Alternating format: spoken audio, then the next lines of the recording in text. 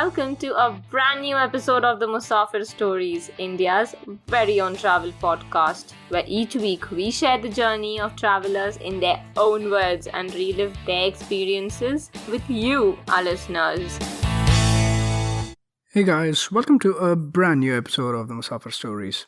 Hope you're all well and are getting ready to wrap up a very eventful 2022. On our final episode of the year, we take you to India's small but mighty state of Goa as we talk about the concept of Susegad, the art of contentment, with author and podcaster Clyde D'Souza. We discuss everything from the homes to the food, from music to spirits, celebrations to siesta, and much, much more. As a part of this finale, we are also giving away 3 copies of our guest Clyde's book based on this very topic of Susegad. Make sure to listen to the episode and answer 3 simple questions linked in the Google form shared in the show notes section to stand a chance to win a copy of Clyde's book. All the best and hope you enjoy the episode. So with that introduction, we'd love to welcome Clyde D'Souza, author of Susegad, the Goan Art of Contentment, and now host of the podcast, Susegad Stories from Goa. Clyde, thank you so much for being on the Musafir Stories and welcome to the podcast. Thank you, Seth. Thank you for inviting me on your brilliant and absolutely inspirational podcast. It was one of the benchmarks that we had when we were starting our podcast as well, and I'm very happy to be here. So thank you for inviting me. Thank you, Clyde. It's definitely an honor for us to 3x author and now podcaster Clyde, right? Right. And for me at least, Clyde has been a way of diving deep into Goa, just beyond the beaches and the music and the lovely vacation vibes that Goa gives everybody. Just getting a chance to deep dive beyond that. Clyde's book and his podcast has been a great way to do that for me. But Clyde, the intro I gave at the beginning was very, very brief and concise. Why don't you speak a little bit more about yourself and your experience with the podcast too? Yeah, sure. So, yes, I mean, I have been writing for as long as I can remember now. Susegad is my 3rd book. The first 2 were very casual and fun, and they were takes on, believe it or not, the first one was called Kissing Ass, the art of office politics. And it showed you how to, traverse the maze of corporate life. The second one was called Ghanta College, which was about, again, dealing with college life and all the ups and downs that go along with it. And the third one, the one that's closest to my heart and, to everything that I love, is basically about Goa and its lifestyle. And the word that we have used is Susegad, which is a Portuguese Goan word, which means sosegado. Its actual translation means peace and quiet. That's the word that it comes from. So the book is about that and about how you can kind of achieve this Susegad that everybody yearns for whenever they kind of land on the shores of Goa. And of course, so that's the book, which, you also briefly touched upon. And then last year, we launched a podcast called Susegad Stories from Goa, which again aimed to take our audience beyond just, like you said, beyond the bikinis, the beach and the booze of Goa, which of course, yes, is fine and we all love it. But there's so much more to the tiniest state of India, which brings the maximum happiness, not only to Indians, but, to people from all around the world. And the podcast was an attempt to kind of get the stories from Goans themselves, the Goans who are striving to make Goa what it is, whether it's in the fields of food or drinks or festivals or heritage. So we kind of touched upon all of these topics. So while the book was, let's say, like a starter course to, getting to understand and know Goa, the podcast is a live, interactive, conversational piece that helps anyone who's in love with Goa, anybody who wants to travel to Goa, who has it on their to-do list, to kind of understand more about the state that I love, the state that I was not born into, but that makes me feel at home. Absolutely. And we'll definitely make sure to link the podcast to in the show notes section of the episode too. And I think I'm throwing, I said no bouncers, no curveballs, Clyde, but I'm throwing a little bit of a surprise right away. We're also doing Sure. a giveaway of 3 copies of Clyde's book, Susegad Goan Art of Contentment, as a part of this episode. So, listeners, do make sure you take part in that contest as well. And Clyde, I think we start off usually the first question of the bat when we start off is where you're taking us to. But yeah, this time I think there's no surprises. Goa is where we'll be going to. But tell us a little bit more about your Goan connection, where you're from, and yeah, tell us a little bit more about that. Right. So yeah, so the people from Calcutta, they have a word that's called Prabashi Bongs, right? Which is basically Bengalis who are not born in West Bengal, but who have lived outside. So I don't know. There's no such Goan term for it. I guess the closest Goan term, Konkani term, would be Bhaile. Bhaile means someone who's from outside. Okay, it's sometimes it's said in a slightly condescending, derogatory way. But I was not born in Goa, but I've always grown up going to Goa, feeling my roots over there culturally, ritualistically, from a point of view of how I've been grown up. So I've been going to Goa all my life, ever since I was a kid. And my ancestral home is in a tiny north village called Colvale. It is now a little bit famous. It's on the global map because Wendell Rodrigues is used to be one of the villages from there in Cornwall, and we used to live in this lane called the Sant Rock lane. I didn't know what it meant, but it was Sant Rock, which is the Saint Rocky. So I'm from that village, as in my ancestral village is Korwale. After that, it was too sleepy and too quiet for us. Now something that I yearn for, but because it was so quiet, we kind of moved to Candolim, which is very noisy and now a bit too noisy because of the footfall of tourists. But Candolim is lively, it's bouncy, it's energetic, it's got real pace and real zest to it. So yeah, that's my connection is basically ancestral. It's cultural. It's some place that I go back to as often as I can. That's my connection to Goa. Yeah, wonderful. And Kolwale reminds me, we've done a couple of episodes on Goa previously as well. And one of the guests on that episode too had mentioned that I think his favorite place to live, he mentioned is Casa Kolwale, right? That happens to be a property in Kolwale. So that's the first connection that I could make when I heard about this too. So yeah, really looking forward to exploring Goa, like you said, beyond the bikini, the beaches, and the booze. But before we jump into more specifics, would you also like to give a brief history? Just history and the influence, because culturally as well, Goa is so rich and has such a diverse cultural background, right? Right from the people who've been associated to Goa, ruled Goa, etc. It's very rich that way. Would you like to share a little bit about that? Sure, yeah, absolutely. I mean, it's definitely been colorful. I mean, its history, as with many places across the world, and you know this as well as me, considering your podcast delves into so many various places in India. So yeah, Goa does have a very rich, a varied, colorful melting pot of cultures, and its history has definitely been eventful, to say the least. And if you have to go back, I mean, we can keep going back, but like I say in my book, if you go back long enough, Goa was the land of dinosaurs, as was most of the earth, I'm sure, right? But right from about maybe thousand years ago, 1,500 years ago, I think it was ruled by the Aryans, then the Mauryas, then the Kadambas. These were all royal monarchs of India. Then for a pretty long time, it was ruled by Adil Shah, right, the Mughal emperor. And then, of course, the Portuguese landed on the shores of Goa by ship. And I think that was the first conquest, what they call the conquest, happened sometime around 1450, if I'm not mistaken. And they kind of beat the Mughals, and then the conquest of Goa started, the colonization, so to speak, which went on for about 450 odd years, right? So 450 years, I think, as a Portuguese, not only a Portuguese colony, but pretty much a Portuguese state. Yeah. Goa was, and it had an indelible impact on Goan culture, lifestyle. Not only the Portuguese, but I think a lot of the previous rulers also had their mark left on Goa.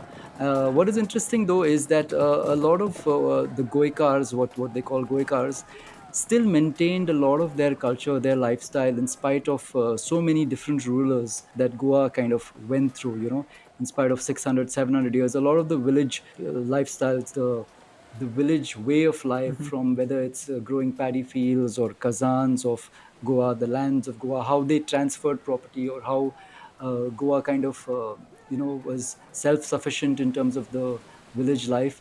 That somehow continued in spite of so many different rulers, and that's the interesting part. And then, of course, we fast forward to the present, where it is now rightfully ruled, or governed rather, by India. So yeah, it has been a colorful way of life, and it has attracted a lot of people, especially because of its slightly luso European sensibilities, the Portuguese influence, architecture, maybe even habits, its language. It's a nice melting pot, and I think a lot of people, especially tourists, people who are not from India, it might even be looked upon as, okay, let's get that European feel and let's go to Goa. Of course, a lot of that is changing now, but so that's been this brief history, if you may call it. Yeah, no, definitely. I think that's a good introduction, and also ties in well with a lot of the things we'll come across, right? Right from be it the food or the language influences and stuff like that. More so from the Portuguese lens, I guess, given that they were the ones that were most recently tied in terms of. Goa being one of their colonies. And yeah, one of the facts that I somehow missed early on, and I mentioned this in the other Goan episode too, is that Goa was still under the Portuguese well into, I think, early 60s, right? Well after Right. India's independence. So that's why it's very, very, that recency bias is there. I think that a lot of the things we tie to Goa is Portuguese, but yeah, they definitely are a very intrinsic part of the overall the Goan culture as well. And eagerly looking forward to exploring that more. But yeah, the $1 million question, I think we'll want to dive in a little bit deeper into is, yeah, tell us a little bit more about Susegad, right? That word might not be for the layperson, they might not be very familiar with this. You did briefly touch upon it in the introduction, but tell us a little bit more about Susegad and how this has come into being so integral to the Goan way of life. Yeah, it's quite funny. It's a really good question that you asked me, and I know many of your listeners, many of the audience may not have heard this word before. It's a very Goan word. If you go to Goa and you ask any local, or if you see two locals talking, the greeting that they generally give each other, they'll say "Ko hi," as in "How are you?" You know, and the response would typically be "Susegad," "Sogle Susegad," which means everything's peaceful, everything's nice, everything's just as it should be. So that's the kind of feeling that Susegad evokes from people, and that's the meaning of the word. Like I mentioned, it's from a Portuguese word called "sossegado," which means peace and quiet. And very oddly, I mean, just to tell you a small anecdote, how Susegad came into my life and how it helped me, especially with the book and with the pandemic. What happened is that obviously it was 2020, everything was locked down, pandemic hit, there was nothing to do, all of us were stuck at home, and I randomly, honestly, got a call from my publisher at Random House and at Penguin Random, and they said, hey, listen, we have this idea, we have this concept, for a Goan book, and we want to do something around this word called Susegad. And I said, okay, wow. And so then and that kind of led me to explore various topics on how all of us can find peace and balance and quiet in our lives. And it was like divine intervention. It came to me during a time where all of us were stuck at home with Yeah. nothing to do, and I kind of myself experienced Susegad while writing the book. So Susegad saved me during that time when we were all going a bit crazy, right? Yeah. And Susegad also, I should tell you that Susegad in Goa, if you say Susegad, it's also linked to laziness, right? So again, Susegad is also used in a derogatory manner slightly. When someone says he's too Susegad, he's too lazy, he's too laid back, right?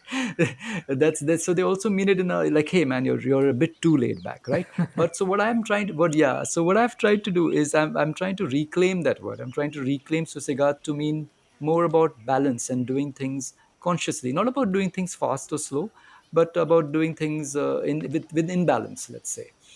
So yeah, that's the meaning of the word Susegad, and that's where it comes from. Yeah, absolutely. It is a feature, not a bug, right? As Yes, a right. tech person would say. But yeah, lovely. Yeah, for me as well, I definitely did come across that connotation that, hey, it's like laid back, that. But I think it's more, definitely way more than that, right? It is that state of being content, which is not necessarily being lazy, being content, Yeah, being at peace. It's almost that state of mind. And you've also beautifully showcase that in the book through various examples, right? Susegad can be in what you do, Susegad can be in the food, Susegad can be in the celebrations, right? So it's a state right. of mind. It's much beyond that, just being laid back and being lazy, like you said. So one of the things I wanted to start off the conversation and explore Susegad more is by going into the different aspects of a Goan lifestyle as well, right? Because all of those definitely have that element of Susegad in them, whatever they may be, right? From the homes to the food to the people to the community, everything has that element of Susegad in it. So why don't we begin a little bit and explore through your lens and through your experience living life in Goa, through your visits, through your connections back there, of these different things. Starting off by, tell us a little bit more about what a typical Goan home is like, right? What are the different features? Because again, tourists are all limited to the most part to the city circuits, to the beach circuit, right? Pretty much limited to the shacks and stuff like that, and we don't Yeah. quite think into like, hey, what's a village life like? Is like, what does a typical Goan home look like, be it architecturally or functionally, even, right? Utility wise. So, can you shed some light on a typical Goan home? Yeah, absolutely, sure.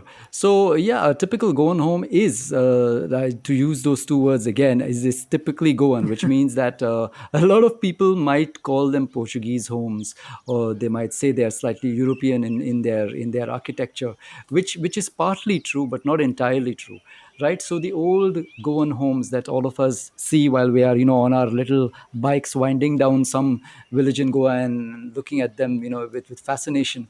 So some of the typical aspects that one might see of an old Goan home, okay, would be, of course, first is the laterite stone, which is this red stones. And of course, there's some of them would be painted for sure, but they're not kiln bricks, but they are these huge laterite stones. So that's found in abundance in Goa. So one of the key mark features of old Goan homes is this laterite stone that they use for their walls and the columns, right? And then another feature that one might see in a lot of Goan's home is the balcony. A balcony is the balcony where you have these stone seats out in front, out on the porch, and they are sometimes nicely designed, sometimes intricately designed, and they have this double feature of providing a filter for your guests. So if you did, Goa is very villagey in that sense, and still in the villages, if people are walking by, whether it's a gossiping auntie or maybe it's just a stranger who's passing by, you don't call them into your house, but you'll kind of wet them at the balcony, and only then, if you're maybe interested in in the gossip that they're providing, there's a Konkani term for it. It's called gozali. Gozali means gossip, right? So that is generally done at the balcony. So that's a balcony is a typical Goan feature of Goan homes. And then you have, of course, the Mangalore tiles. They're called Mangalore tiles because I think they come from Mangalore. So they're these nice sloping red roof tiles, pretty high. And you'll generally also see most homes will have a cock or a rooster on top of the roof of the house. Yeah. So that's another architectural feature. And then, of course, there's the design aspect of it. Even from the nameplates, you have these tiles, which are calligraphy tiles. They're called azulejo tiles. Now, while one might think that it's Portuguese, it's actually not. It's more Arabic. It's more from Turkey and Istanbul and all of these places. That's where those tiles came from. Because, of course, like I mentioned, the Muslim did rule Goa for a significant amount of time, right? So there was that influence as well. So the tiles are actually more from the Arabic influence. So there's the azulejo styles, which are these beautiful, mostly blue and white, tiles that one might notice on old Goan homes. So these three features are there, and then of course there's the well. Almost every home in Goa now, there's of course running water and tap water, so you don't use the well so much. But in the past there was this well. Yeah, so these are some of the interesting things. And of course the word that a lot of people use for Goan homes is casa, right? Yeah. Yeah, which means home. So yeah, so that's why casa Colvale and casa everything in Goa. Yeah, all of these very interesting features, right? And thank you for pointing those out. One other thing, also, I'm sure you'd like to shed some light on is the beautiful, really, you could say, ornamental and airy windows and some of the Yes, features, yes. right? Do you want to touch upon that, Clyde? Oh yeah, absolutely. Yeah, yeah. So the windows are something that honestly amazed me as well when I started diving into, all of these design elements of Goan homes. So obviously at that time there were no fans or ACs. So it was very inventive and very innovative what Goans did, or maybe someone, I don't know who's the architect who came up with it, but it's genius. So that the windows are large and airy, they're well designed, but if one looks closely at the panes of the windows, they appear almost translucent white, right? So what they are indeed is actually mother of pearl, right? So mother of pearl is something that you get in your oyster shell, Yeah. right? It's a kind of a lacquer. So this lacquer is then kind of used as window panes between the window frame, and that's why you see this kind of almost shell-like structure that forms the inner of the frame of a window. And the reason they do that is so that the light can also come in, Yeah. when it's dark inside the house, and it's also airy. It gives this sense of airiness to the home. Yeah. So it provided two aspects. It looks beautiful, and yeah, it was functional. So yeah, that's a very interesting aspect of Goan windows. Yeah. Yeah, I think Soul Traveling is one of the traveling or local companies that you covered on the podcast as on your podcast as well, and they do Yes, some yes. heritage home trail within Goa. So for somebody who's interested in exploring Goan homes, I would definitely recommend checking these out, and also you'll appreciate these features much more when you do a tour like that. Absolutely. One other and also unmissable aspect of the home is the kitchen of the homes, right? Right. And kitchen and the food of Goan homes. That's also something that really was enjoyable to me as a reader, as a listener of the book. Do you want to perhaps give the listeners a sense of what the typical Goan diet is like, a breakfast, a lunch, a dinner, some of the things that form the most common elements of the staple diet of Goans, if you may? Sure. Yeah, of course. Yeah. So again, I'll just start out with, how I've started with the book. I've kind of first I go to the Goan, the Konkani word for it. So like I said, home was casa, and food is jeon, right? So jeon is what is the Konkani word for food, and Goans love their food, and they are huge eaters of heartwarming, hearty food, which is basically a rice, a curry, good bread. So the bread in Goa is called poi, and they come in many types of shapes and sizes and names that they have. So if I have to kind of tell people what is the day, the day diet of most Goans, it would be in the morning there's poi, had with generally a very light tea. Okay. Well, it's called like black tea. So the old Goans will not mix milk in it. They'll just have like a nice, light tea with their poi, because Goa tends to get kind of hot and balmy, Sure. right? So if you have strong tea, obviously you sweat a lot. So they have a light tea with poi, and then in the afternoon there's typically parboiled rice, which is brown rice, or ukre tandul. That's what Goans love. It's the rice with the husk, so it's unpolished rice, which is now seen as healthy, Right. right? So yeah, they did that because it was very agricultural driven, and there was a lot of rice growing in their own fields, and they did a lot of backbreaking work. So it made a lot of sense for them to eat that rice. Of course, today it might not be the best diet, but still you will find definitely Goans loving their rice. And I know of uncles, not me personally, but my uncles, they have like a mound of rice. It's like a little hill. Yeah. Right. And on that, then they'll pour a good amount of kodi, which is curry, and typically the curry will be a spicy curry, or it could be, but some of it would be coconut based, some of it would be a spicy curry. There would be ingredients like kokum that would be added to the curry. Of course, both exist, which is vegetarian as well as non-vegetarian. Goans are huge seafood lovers, Sure. given that we have a beautiful coast and lots of rivers. You know uh, with seafood plenty. So there's all kinds of fish, from seafood to river fish, local fish that is made. One of the very popular fishes is something called bangla. I don't know if you've heard of Sure. bangla, which is mackerel, Yep. right?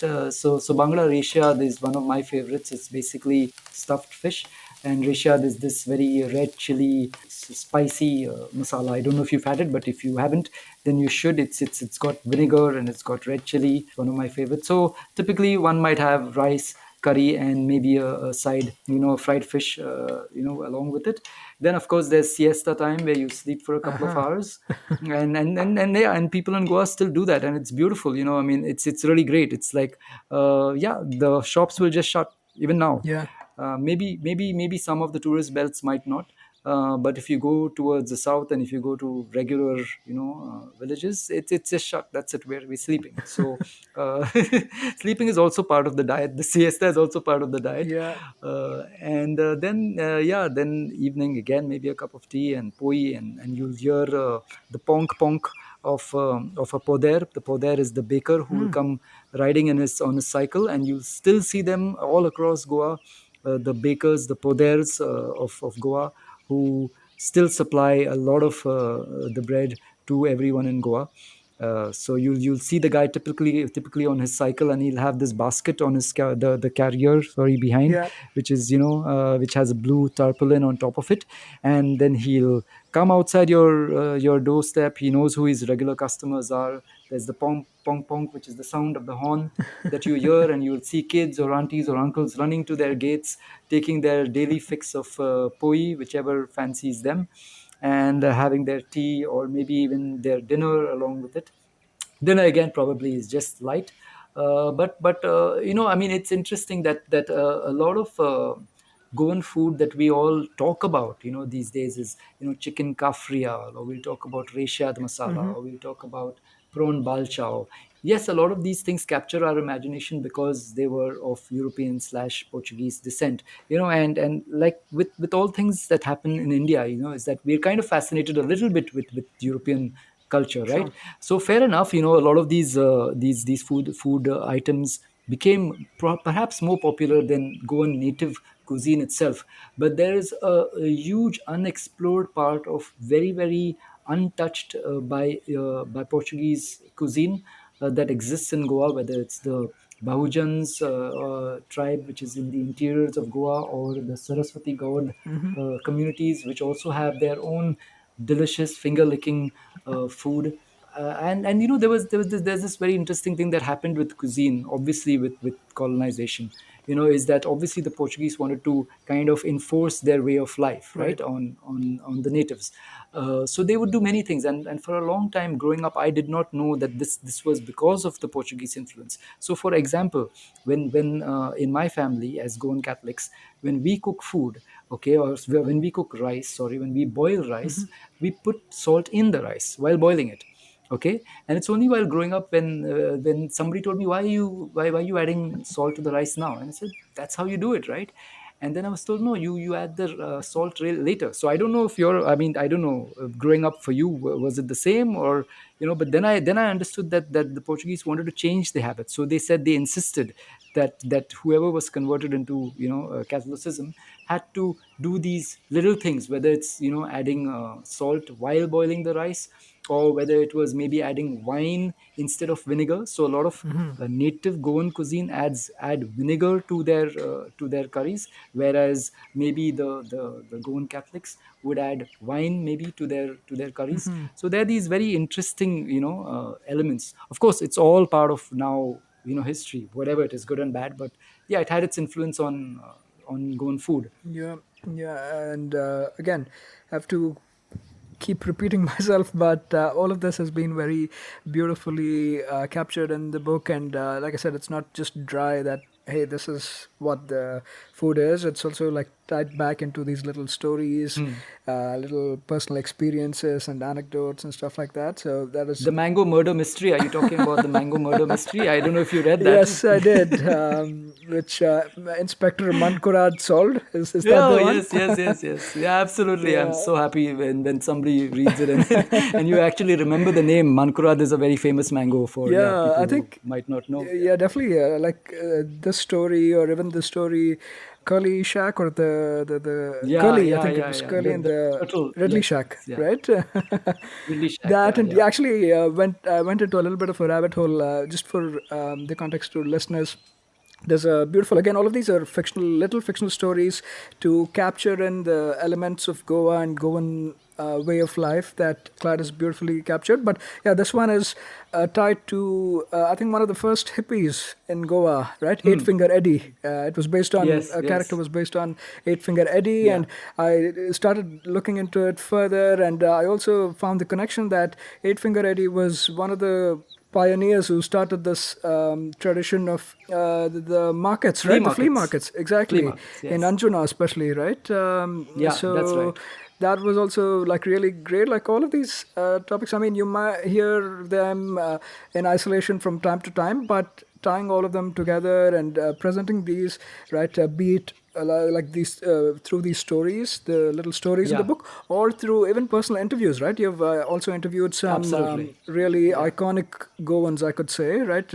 From a creative sense, from what they've contributed to overall, not just to Goa, but to the broader, to the country and even to the world. Like a lot of those things, right from Remo Fernandez, the very popular Goan that most of us know, to some of the names we might not know as much, but given the contribution, right, to, for example, I forget the names, her last name, Sonia, the Fado singer, Shirsat, yeah, Shirsat, the father yeah. singer, Shirsat, So yeah. people like that, I really, really have to appreciate your effort in bringing all of them to the fore, Clyde, because Thank you. again, we like simple things. Na mangu sona chandi, right? Na mangu Yes. hira moti ye mere kis kaam ke, the very popular song from the movie Yeah, Bobby yeah. that a lot of us would have heard about, is actually tied to a traditional Goan form of song and dance, right? Yes. So things like that, Right. really, really, I think it's called Dekhni, right? We'll definitely touch Yes, it's upon called that. a Dekni. We'll Yeah, touch upon yeah. that too. And but yeah, getting quickly back into what we were discussing about food, right? Sure. One of the very, very important elements of the Goan way of life, and Yeah. mangoes, I think, was one of the things that stood out for me. And Goan mangoes are also very, very popular in that sense beyond India. I mean, beyond Goa, across India as well, Yes. right? So, do you want to touch a little bit upon the different varieties of mangoes that a Goan would enjoy? Yeah, sure. So there's a very interesting story about the mangoes in Goa. Now, I mean, some say that of course they were, brought by. They were of course native to many parts of India, but some varieties were grafted by Portuguese priests who had a love for mangoes and they loved the sweetness of it. But some of them found it perhaps too sweet, so they started grafting them, and therefore a lot of mangoes in Goa were named. Some were named after Portuguese priests. So there is the Mankurad, which is not named after a Portuguese priest, but it's a Goan word which means slightly miscolored. So the color is basically not good. That's what it means, Mankurad. So you'll see a brownish, reddish, golden kind of hue to the outer skin of the Mankurad. It's perhaps one of the tastiest mangoes I've ever had, and I love mangoes. Uh, so Mankurat is right on top for me. So if anybody is going to Goa, it comes only during the summer season, of course, and that too in the months of April, I think, is when you get the best Mankurats. It's beautiful cinnamon honey tasting you know mango. So that's one of the mangoes. Then the other mangoes are also named after many people who grew these mangoes. They grafted them.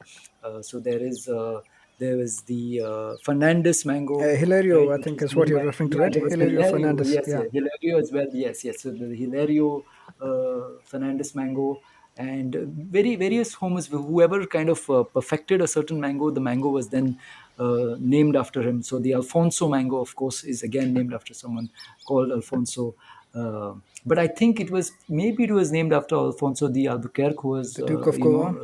Yeah. the Duke of Goa. Yeah, So that's also that was very popular the across like other parts of the country too, right? The yeah, apus, and the some of the smoking one. best, Yeah. yeah, absolutely, the Apos, yeah, and now some of the best Alfonsos, of course, grown in Ratnagiri and not so much in Goa, but the name remains. Yeah.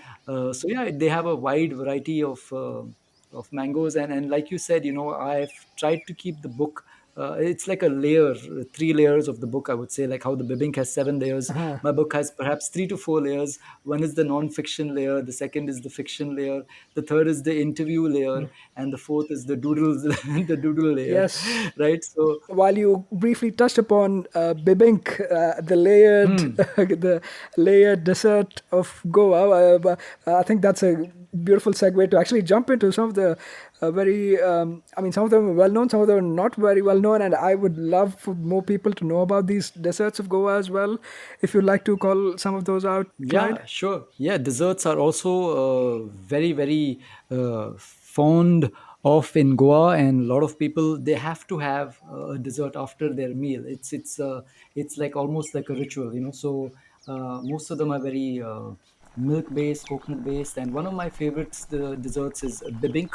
It's written as bibinka, okay, and some say that it was named after a nun. And the myth, we don't know. There's so many stories, honestly, and they're all very interesting. One of the stories is that there was a nun in old Goa, in the Santa Monica cathedral, which right now I think is also home to the Museum of Christian Art in old Goa. So they used to wash their habits, bleach their habits rather, with egg white, right? So she did not know what to do with the remaining yolk of the egg. So again, necessity is the mother of invention, Right. as it is with everything. And so she came up with this dessert, which is with maida, with egg yolk, lots of sugar, caramel, and it has 7 layers, and it takes about 6 hours to make. And again, like I said, Susegad came to my help, and after eating bibink and loving bibink for many, many years of my life, I finally made bibink myself last year with the help of a very dear friend.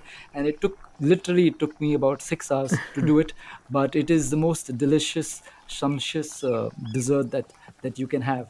uh, so yeah, bibink is again a very, I think it's a very Portuguese derived dessert.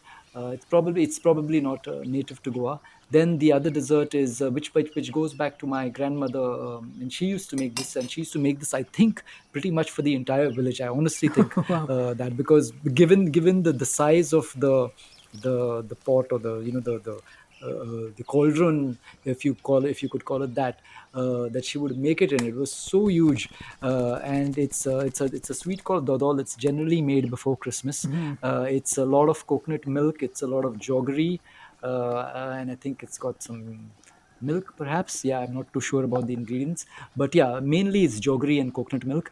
And it's stirred for about, depending on the quantity that you make, it's stirred for about 4 to 5 hours till it becomes this lovely thick halwa, brownish, dark brown colored. And I remember as a kid always waiting for the dodol to be poured, and as soon as it was poured, we'd attack it and have it, like, super hot. So dodol is again another lovely Goan sweet. Then there is another sweet called pinag. Pinag is maybe the drier version of dodol, I would say.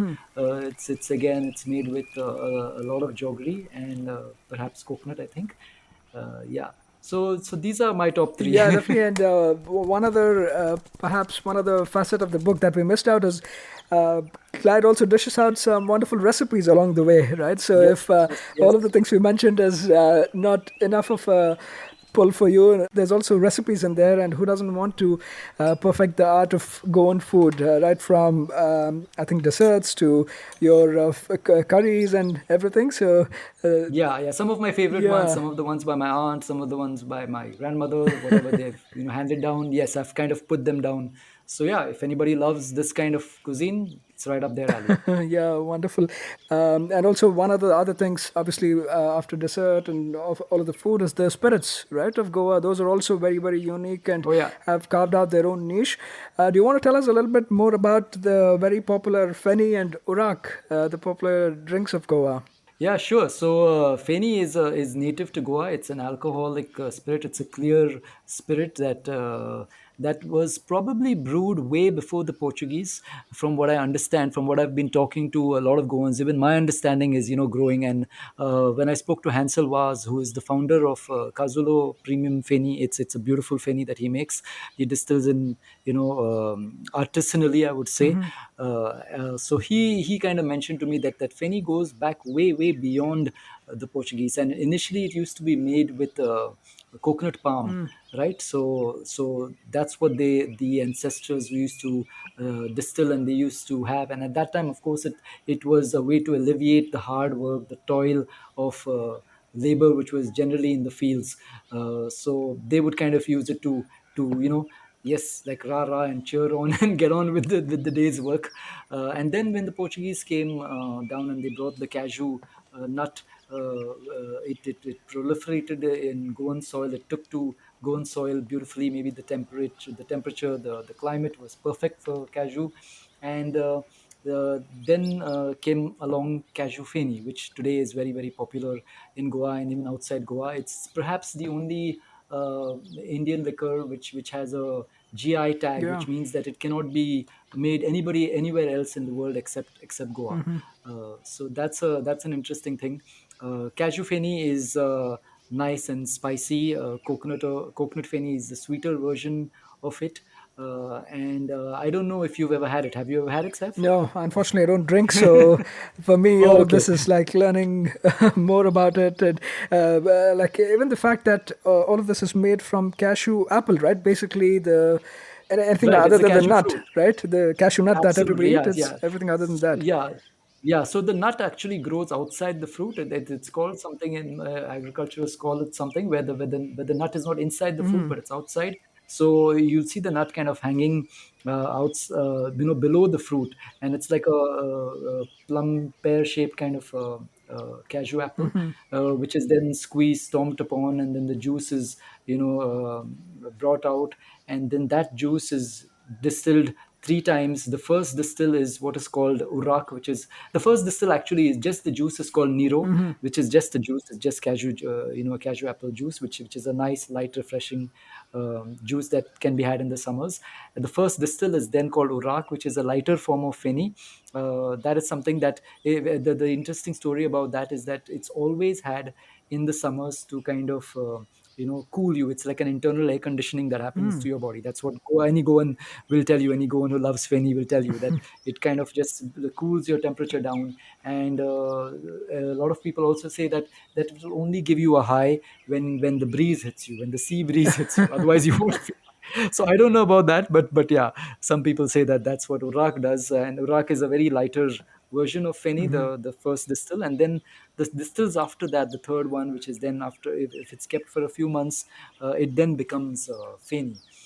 So feni is a very spicy, pungent drink, and for people who've not had it, they might not take to it so instantly. But for Goans who've kind of grown up smelling cashew trees all around them, or like me, roasting cashew nuts in the background, and also maybe having the fruit, with salt, it has a different kind of connection, which one loves. So yeah, feni is the drink that Goa has given to the world, much like maybe Yeah. tequila or champagne, which are global spirits now. Yeah, I was also completely blown away by learning about this GI tag that you mentioned, right? Basically, it has to be Yeah, cashew or coconut that is grown in Goa for it to be called as feni.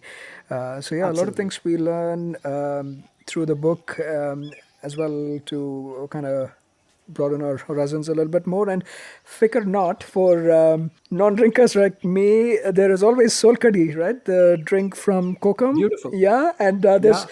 this really exciting thing I heard about. I really have to try this out. Something called as Joffy. Tell us a little bit more about that, Clyde. Right, sure. So two things. So first is kokum, of course, on my last trip to Goa, when I take an annual well water bath, and lo and behold, right next to the well there was this huge kokum tree growing, and I have to admit I had never seen one before, a kokum tree. but it's this lovely huge tree, and it has these vines, and it looks like a plum, the kokum, and it's nice and pinkish and reddens your fingers. Yeah. So kokum soul curry is a lovely, refreshing drink that you can have. And Joffee is basically coffee made out of jackfruit seeds. Yeah, I never knew that as well. But for people who can't, let's say, have cocoa, or don't want caffeine, it's like a decaf Yeah. version of coffee. There is coffee made out of jackfruit seeds. So again, quite inventive and innovative. So Yeah, definitely has yeah, to be I a have to first. admit I've not had it as yet, Okay. but I do intend to when I can. Yeah. First time I'm coming across anything like this. So for people who might prefer a non-alcoholic drink, there's definitely a couple of options you could try out. And also an important part of the overall culture. I mean, Goa or otherwise, important part of the village life is the community, right? And the festivals around it. And Goa has a bunch of very, very interesting festivals that Clyde mentions in the book too. And no, we're not talking about sunburn, right? Not sunburn Goa. There's Absolutely. a Yeah. very, very innovative, inventive, whatever you'd like to say, really, really heartwarming experiences, all of these that you mentioned. Do you want to touch upon a few of the popular festivals that are also, some of them very, very unique? I think maybe even specific to Goa, right? I haven't heard of these across in my other travels or in my home state either. Do you want to touch upon some of those? Absolutely. So I would say Goa is like the land of festivals, again, because of so many cultures that existed over there, and maybe because of their agrarian village nature. There was always a need to kind of, yeah, I think that holds true to a lot of India, which is agrarian and village by nature, that they need a reason to, they understand the impact of seasons, they understand the impact of nature. So there's always some reason to pay respect or to celebrate nature, and festivals are kind of the route to do that. So a couple of festivals that exist that I can tell you about is, there is this very interesting festival that is celebrated in a place in Marcel in Goa. It's called the Chikol Khel. Okay, Chikol, as we all know, Chikol is mud, right? So Chikol Khel is mud play, and it's where they kind of just roll around in mud and play in the mud, and it happens outside a temple, outside the Devaki Krishna temple in Marcel, where they pay respect to those deities, those gods. And part of that festival is where a lot of the men will basically jump around and play around and roll around in mud, and then fruits and vegetables are perhaps thrown to them or at them. And it's a very interesting, very unique festival that I don't think happens anywhere across perhaps the world. So that's one festival. And then the other festival, which is of slightly Portuguese descent, which also maybe did exist in its native form, is the San Jao festival. Now the San Jao festival is Saint John the Baptist festival, and Saint John was the guy the guy who baptized Jesus. So that festival has taken its a very unique Goan form, where a lot of Goans at around that time, on June 24th, if I'm not mistaken, is when they do the whole baptismal ritual themselves, but it's done in a very fun manner, where they'll jump into a well, right? So everybody jumps into the well, and then again it has other influences. So the newly married men, okay, or a newly married man has to, his father-in-law will perhaps throw a bottle of Fini into the well, and now he has to go and collect it. Only if he does collect it will he get food Okay. from the in-laws. Maybe that's made up, but it's all fun that has happened. So Sanjao is a very unique festival. They'll wear these copels, which are these head flowers on their heads. The women will, have a basket of fruits, which she will again give to her new groom if he manages to collect that bottle of Feni. So across wells in Goa, now even swimming pools, as usual, with the passage of time, we kind of move Right. to perhaps more convenient ways of celebrating things. So while some people still do the whole well jumping thing for Sanjao, a lot of people also jump into pools, and then there are boats that come across rivers which are beautifully decorated. So Sanjao is another beautiful festival. Yeah, these are the two festivals that I can think of, and Yeah. there are many more. I mean, almost every second day is a celebration of something or the other in Goa. Yeah, absolutely, absolutely. And yeah, if you haven't had, or if you are still looking out for newer types or unique types of festivals and celebrations to be a part of, there is a whole section in the book that's dedicated to the festival man of Goa, right? Who's done a Yeah, variety of absolutely. festivals, very unique ones as well, right from, let's say, something like a festival of plants and flowers or the boat parade and stuff like that, right? So there's so many of those. Yes. And another one that I also found really interesting was I forget is it called Sotria Fest, the festival of umbrellas, Yeah, basically. umbrella. Yeah, Chotre Chotre. Oh, festival. Yeah, okay. That's the connection. yeah. Okay. And what I was leaning on or leaning towards is that festivals are also closely tied with music, right? Music is also a very, Hmm. very integral part of Goa and Goanese culture. And I was also like literally mind blown, Clyde, learning about all of these different things, the different types of music and songs that Goa has, right? Beyond the popular ones, obviously, Yaya, Mayaya, or Maria Pitache, all of those. Remo Fernandez has Yeah. made a lot of them popular and taken those beyond Goa to India and to the world. But do you also want to like shine a little bit of light on some of the different art forms or even forms of music within Goa? Yeah, sure. So again, some of these aspects of music go stretch about 500 years old. There are stories of Goan women singing songs called avios. It's probably one of the oldest form of singing where they, while they would grind their masala because they were alone, lonely, and to kind of alleviate their boredom, they would sing these songs which were lamenting of their younger days, their childhoods maybe, and they're called avios, if I'm pronouncing it right. So there's that form of music. Then there are deknis, which are a Konkani form of song. Then there is the dulpods, which is a faster rhythmic uh, song by nature, which are again a lot of very dancey and very uppy kind of thing. And if a lot of people, especially tourists, if you've kind of gone to Mandovi River and you've probably been on one of those boats where they have this typical touristy thing where they'll take you down the Mandovi River, you'll see these dances and these songs being performed, right? So there is the dekni, there is the dulpod, there is the mando, which is a slow, very very slow form of a very romantic, almost melancholic way of singing. And one of the very popular songs is Tamre Rosa, which means basically rosy cheeks. And it's sung by, I think, a father who's he's seeing his daughter going to her husband's home, so he's singing that your rosy cheeks, and the tears are falling down your rosy cheeks. So this is a beautiful mando that's sung, and these are very native to Goa. Then there is a slightly more Portuguese import, which is the fado. And the fado is again beautiful style of singing. And there is this lady called Sonia Shirsat, who's one of, I think she's one of Asia's best fado singers. She's called a fadista. That's what they're known as. And again, they sing these beautiful, romantic, and they'll make you cry kind of songs. And she does a live performance almost every 2 weeks in Panjim, in a place called Madra Goa. And I've mentioned about that in the book as well. And hopefully in my season 2 she'll be on the podcast as well. So there are all of these styles of music that we've not heard of, right? Whether it's the mando, which is the slow style, idyllic kind of form, or whether there's the dekni, which is a more faster version of music. And then there's Remo Fernandez, and then there's Chris Perry, and there's Lorna, who's right now a legend. She's called the Nightingale of Goa.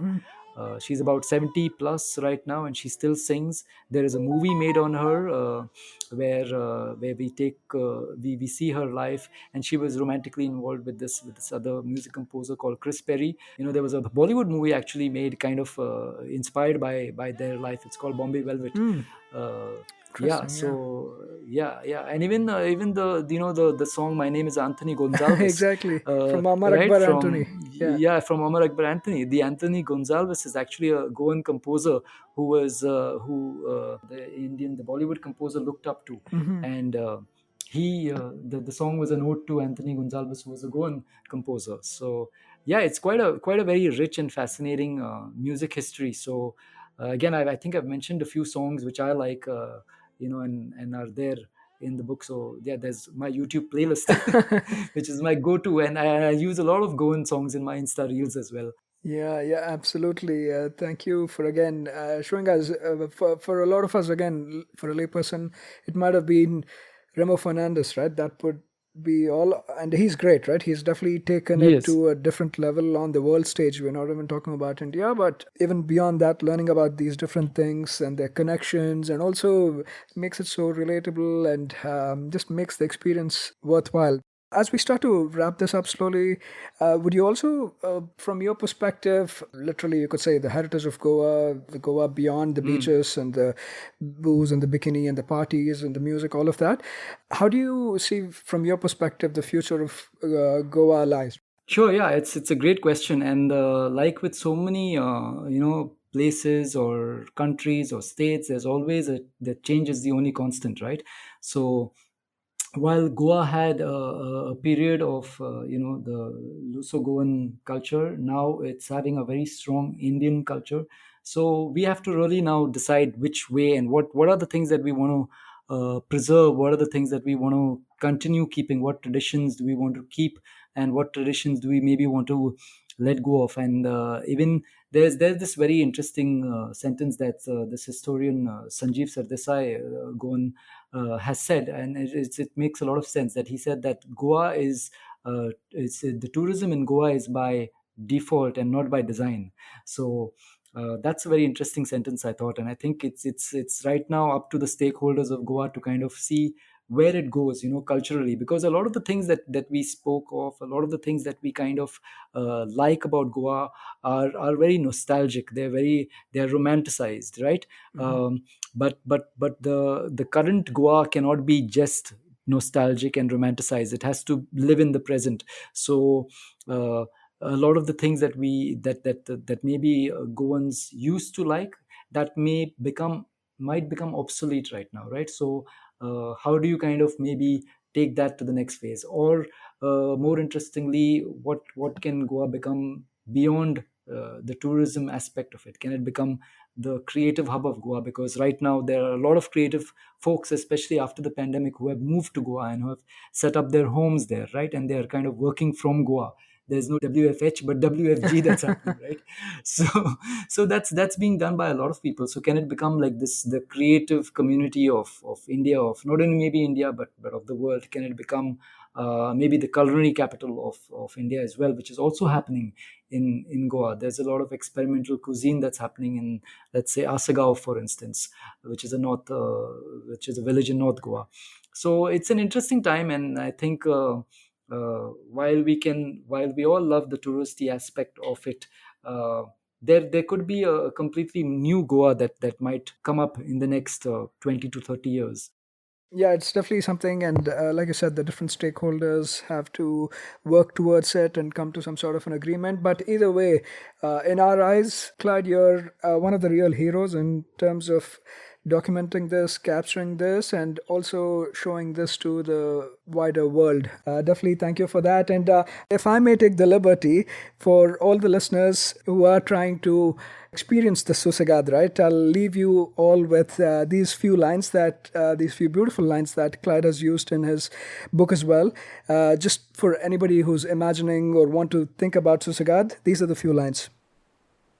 Close your eyes, wherever you may be right now. Imagine yourself on a recliner. Imagine the sound of waves lashing against the shore, the breeze caressing your face as the aroma of a tangy curry floats over from the beach shack behind you. Everything else melts away. Time stands still, and you seem to be suspended in it. You wish this feeling could last forever.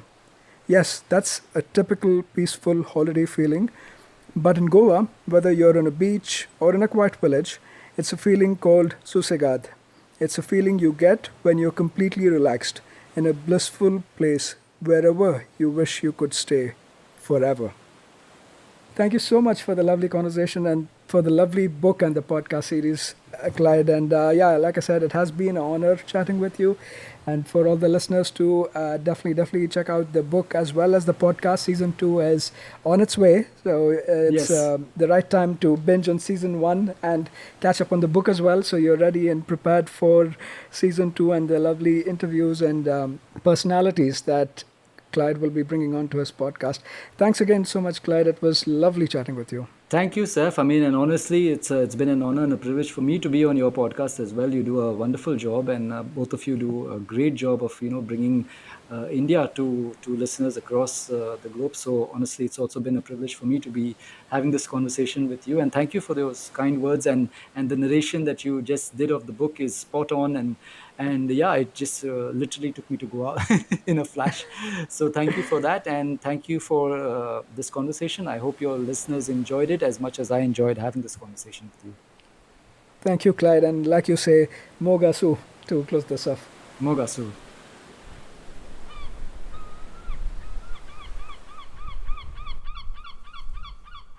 That was yet another great episode on the Musafir Stories. Make sure to show us some love by sharing the podcast with your friends and family. We are on Instagram and Twitter at Musafir Stories. If you like this podcast, don't forget to check out other interesting podcasts on the IVM network. You can listen to us on the IVM podcast app or the website. Follow us on our social media. We are at IVM Podcasts on Twitter and Instagram.